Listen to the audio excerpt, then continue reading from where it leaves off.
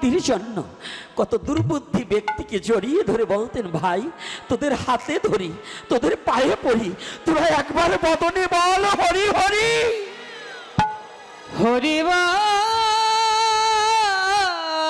হরি বল হরি বল।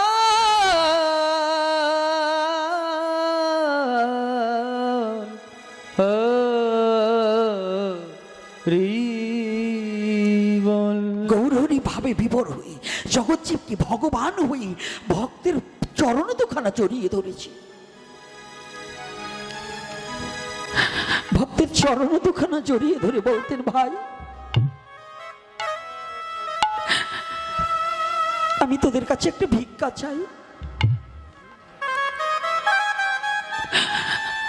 এই ব্রহ্মাণ্ডের দাতা যিনি, দাতা শিরোমণি যিনি গৌর হরি, যিনি দানের দুয়ার খুলে দিয়ে বসে আছে, সেই গৌর হরি সাধারণ জীবের কাছে গিয়ে বলছে, আমি তোমাদের কাছে না একটু ভিক্ষা চাই।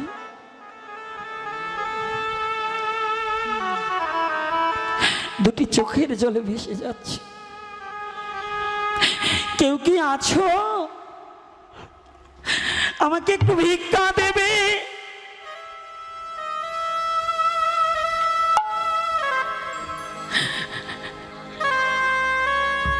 সেই গোলকের শ্রীহরি আজ ভুলোকে এসে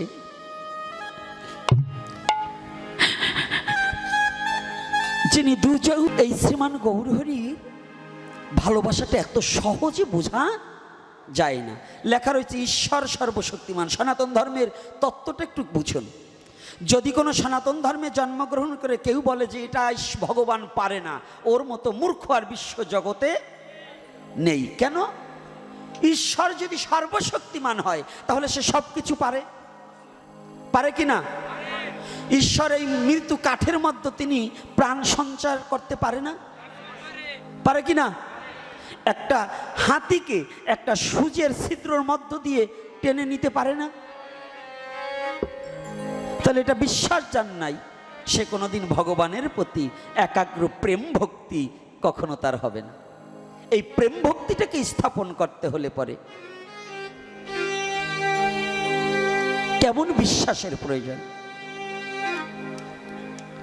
আর ভগবানকে ভালোবাসতে হলে, ভগবান আমাকে যেখানে যে অবস্থায় রেখেছে, অনেক ব্যক্তি আছে ভগবান আমাকে ভালো রাখেনি, ভগবান আমার এটা করলো কেন, ভগবান আমার পুত্রটাকে নিয়ে নিল কেন, ভগবান আমাকে এই অকালে বিধবা করলো কেন, ভগবান আমাকে স্ত্রী হারা করলো কেন। সব দোষ ভগবানের, নিজের কোনো দোষ নেই। কি আমরা নিজের দোষ স্বীকার করি? কার দোষ? আসলে যারা জ্ঞানী তারা বলে না, আমার মতো মূর্খ যে সে বলে ভগবান করেছে। আর যারা জ্ঞানী তারা বলছেন, প্রভু তুমি বড় দয়াময়। কারণ কি জানো, আমি যে কর্ম করেছি ইহার চেয়েও বেশি শাস্তি আমার প্রতি তোমার দেওয়া উচিত ছিল। তুমি দয়াময় বিধায় আমাকে ক্ষুদ্র অপরাধ নয়, ক্ষুদ্র শাস্তি দিয়ে বৃহত্তম অপরাধকে মুক্ত করে দিলে। রাধে রাধে। এটা হচ্ছে যারা জ্ঞানী ব্যক্তি তার কথা, যে অদোষ দরদি তুমি, আমার দোষের নাই দোষী। একদিন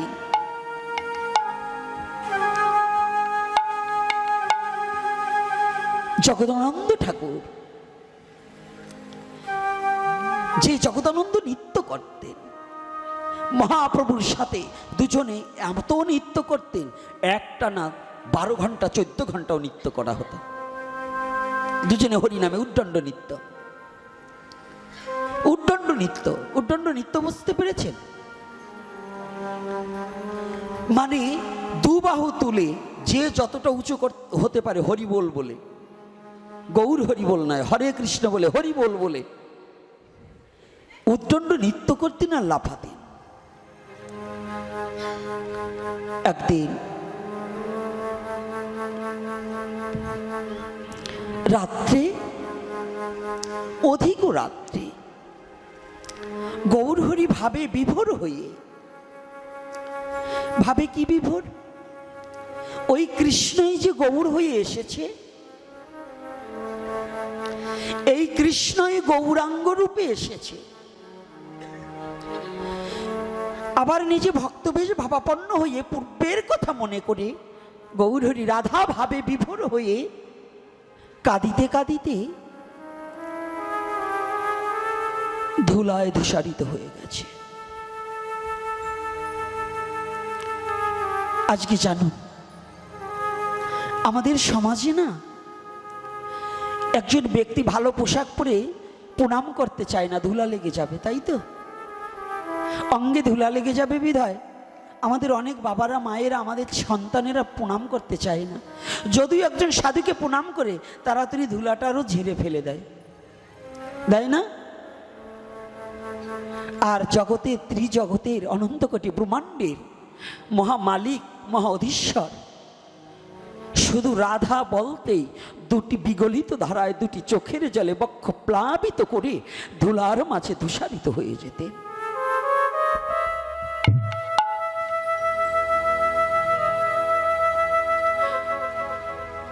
কলির যুগে কোনো দেবতা আসেনি,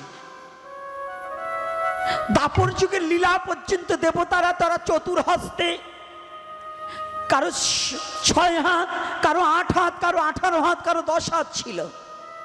এই কলির যুগে সমস্ত দেবতা দ্বিভুজ হয়ে নদিয়ার মাঝে উদয় হয়েছে গৌরের রূপ দর্শন করার জন্য। হরি বল, হরি বল। কলির যুগের কোন গ্রহণ থেকে বলতে পারবে না অমুক জায়গায় দেবতা এসে এত হাতে দাঁড়িয়েছে, যদি বলে এটা ভুল। কেন জানেন? ভাবাবেশে অনেককে অনেক রূপ দেখাইয়েছে, কিন্তু সরাসরি আসেনি। কারণ কলির যুগের সমস্ত দেবতাই গৌরের পার্ষদ হিসাবে নদিয়ার মাঝে এসে উদয় হয়ে গেছে। এজন্য গৌরলীলাকে স্মরণ করলে, গৌরের চরণে পুষ্প দিলে পৃথিবীর সমস্ত দেব দেবতার বন্দনা করা হয়ে যায়। এজন্য শুদ্ধ বৈষ্ণব যারা, তারা একমাত্র গৌরের চরণে নিজেকে সমর্পিত চিত্ত করে দিয়ে তারা কোনো দেবতা পূজা করে না। গৌর হরি বল। বুদ্ধিমান বৈষ্ণব যারা, তারা কোনো দেবতার পূজা করে না। আবার রাগ হচ্ছেন নাকি আপনারা? কথা বলবো না বলবো না? হ্যাঁ, আমি কি মিথ্যা বলছি? তাহলে সত্য কথা বলা যাবে তো? আর সত্যই সনাতন। রাধে রাধে, সত্যই সনাতন। আজকে গৌরহরি ভাবে বিভোর। আমরা কিন্তু ভাবে বিভোর হতে পারি না, আমরা নাম করি কিন্তু ক্রোধটাকে নিবারণ করতে পারিনি। আর মহাপ্রভু যখন নাম করতেন, তিনার শরীরে যে প্রাণ আছে এ চিন্তা তিনি করতেন না, শুধু নাম করতেন আর নৃত্য করতেন। কখনো ধুলায় ধূসারিত হতেন, কখনো কখনো ভগবান হয়ে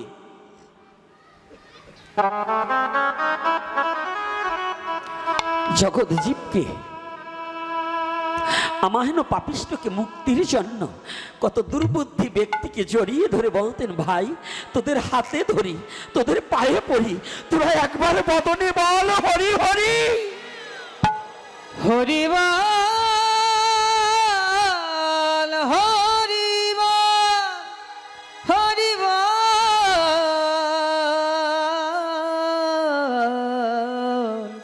হরি বল। গৌরহরি ভাবে বিভোর হয়ে জগৎজীবকে ভগবান হয়ে ভক্তের চরণ দুখানা জড়িয়ে ধরেছে। ভক্তের চরণ দুখানা জড়িয়ে ধরে বলতেন, ভাই আমি তোদের কাছে একটা ভিক্ষা চাই।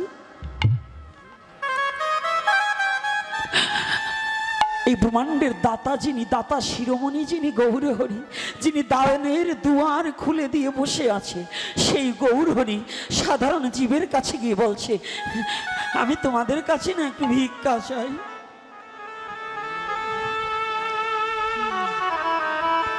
দুটি চোখের জলে ভেসে যাচ্ছে। কেউ কি আছো? আমাকে একটু ভিক্ষা দেবে?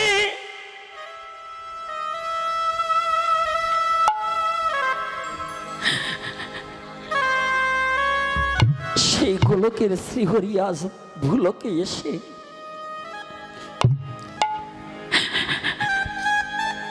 যিনি দুযুগ রাগদত্ত করেছে, নিজে রাজা হয়েছে, সেই রাজা ভগবান আজ ভিখারি হয়ে গেছে জানেন। যিনি কংসকে সিংহাসন থেকে নামিয়ে নিজে রাজত্ব করেছিলেন, সেই ভগবান রাজদণ্ডকে পরিত্যাগ করে আজ ভিখারি সেজেছে। জগৎজীব,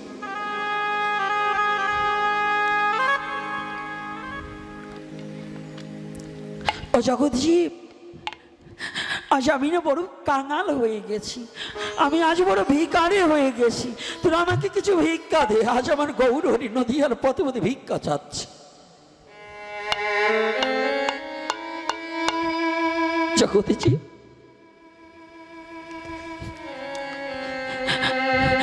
আমি তোদের ধন জন ভিক্ষা চাইনি,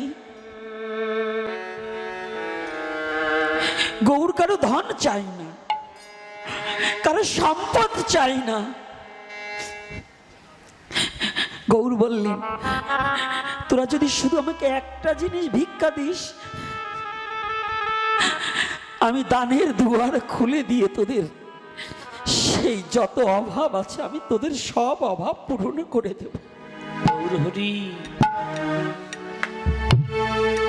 সেটা কি জানিস জগৎজীব? আমাকে আর কিছু নয়, শুধু একটু হরি নাম ভিক্ষা দে। হরি বল, হরি বল। তোরা বদন ভরে একটু কি করবি জানিস জগৎজীব? তোরা একবার বদন ভরে কৃষ্ণ বলো, তোমরা একবার বদন ভরে কৃষ্ণ বলো, একবার বদন ভরে কৃষ্ণ বলো। ওরে আমি ভিক্ষা চাহি, ওরে তোমাদের কাছে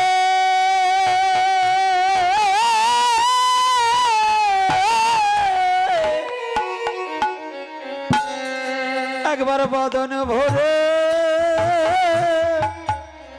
কৃষ্ণ বলো। আমি ভিক্ষা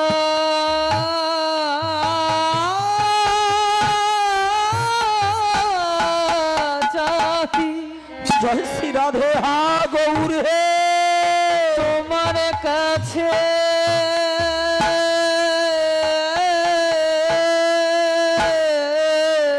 একবার বদন ভরে, একবার বদন ভরে কৃষ্ণ বলো, কৃষ্ণ বলো। আমি ভিক্ষা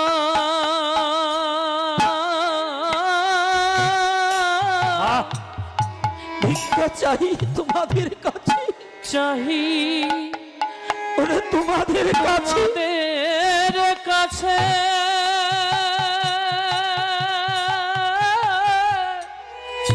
বদন ভরি, একবার বদন ভরে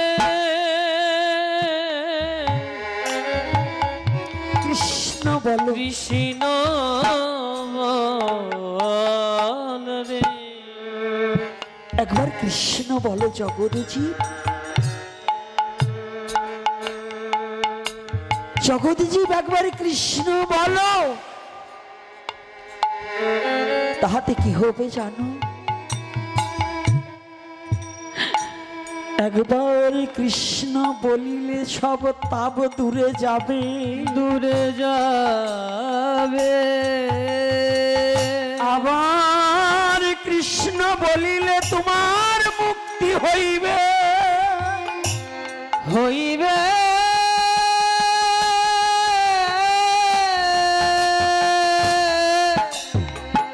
জগৎজীব, কৃষ্ণ বলিলে তোমার সমস্ত দুঃখ দূরে যাবে, আর একবার কৃষ্ণ বলে তোমার আত্মার মুক্তি হবে।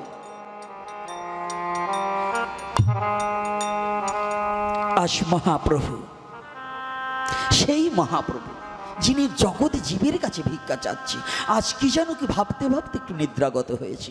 কিন্তু সকলে ভক্তরা যখন নীরব হয়ে গেছে, আবার গভীর রজনীতে সনাতন ধর্মের সাধনাটা কখন জানেন? সন্ধ্যার সময় একটু ঘন্টা বাজিয়ে আর ঝাঁজ কাসর পিটিয়ে গৌর বন্দনা, তুলসী বন্দনা, অমুক বন্দনা, তমুক বন্দনা করা না, এটা শুধু লৌকিক দেখান। এটা কিন্তু আত্মশুদ্ধির পথ নয়, এটা হচ্ছে ধর্মের আঙ্গিকতা। আর তোমার আত্মার মুক্তি দিতে হলে যে কর্মটা, সেটা 18 দণ্ড নিশায় রাত 12টার পরে গিয়ে করতে হয়। কথাটা কি বুঝাতে পারছি? বুঝতে পারছি? রাধে রাধে। এই জন্য সাধক যারা, তারা উল্টা গতিতে চলে, কারণ সাধকদের রাতও যেমন দিনও তেমন। কেন? রাতের বেলায় তারা ঘুমায় না। ওইটার গালে একটু জল দাও, জল দাও, জল দাও, দাও একটু জল দাও। কি জল দেবো? হরিবল কে জল দেবো নাকি মা? আরে মা, আর ঘুমাইও না, নাহলে জল দিয়ে দেবেন। তা শোনো, ভালো করেছেন। সাধকের সাধনা কয়টা থেকে জানে? কি পিছনের বাবারা কি জানেন তো? যুবক বাবারা কয়টা থেকে? আরে আপনাকে সাধনের তো ওকে সাধনার জোর বেশি। ওরা 3টে 4টে পর্যন্ত সাধনা করে। ওরা সাধনা কম করে না গো, সাধুরা আর কি। ওরা কয় আমরা বুঝি নাকি, ভালো কায়দা জানে। তা কি বাবা, কি মিথ্যা নাকি বলুন? ওরা আমাকে সে সাধু বড় না? ওরা 4টে পর্যন্ত ইটিং পিটিং চিটিং। আর বললাম না তো, এই জন্য সাবধান, সাবধান। ফের কহি সাধু সাবধান, ফের কহি সাধুর অবদান। একবার কইছি সাধু সাবধান, আর একবার কইছি সাধুর অবদান। কথার মধ্যে, গাদনের মধ্যেও কায়দা আছে। প্রথমবার হে সাধু সাবধান, অর্থাৎ তুমি গুছিয়ে নাও, এলোমেলো চলাফেরা করো না। আর ফের কই সাধুর অবদান, যদি মহাপ্রসাদ পেতে হয়, সাধু ভিন্ন মহাপ্রসাদ দেওয়ার অধিকার কারো নয়। এই জন্য বলা হয় সাধুর অবদান। তো এইবার মহাপ্রভু সেই পাবন অবতারী গৌর হরি না, রাত্রে সবাই ঘুমিয়ে পড়েছে। এইবার গৌর হরির পূর্বভাব মনে পড়েছে। রাধাভাবে বিভোর হয়ে গেছে। রাধাভাবে বিভোর হয়ে কাউকে কিছু না বলে কখন যে ঘরের খিড়কি খুলেছে। খিড়কি বোঝেন তো? হ্যাঁ, আরে ছিটকানি না, খিল। না ডাসাও না, ওটা খিল। হ্যাঁ, তাহলে আরে এখন চেনবে কয়েনতে, এখন বড় ভালো ঘরে ঘুমায় তো, আগের ঘর হইতো তাইলে বসতো। তা এইবার যখন খিড়কি খুলে গৌরহরি কখন যে ভাবে বিভোর হয়ে বেরিয়ে গেছে, এটা ভক্তরা কেউ জানে না, কেউ জানে না।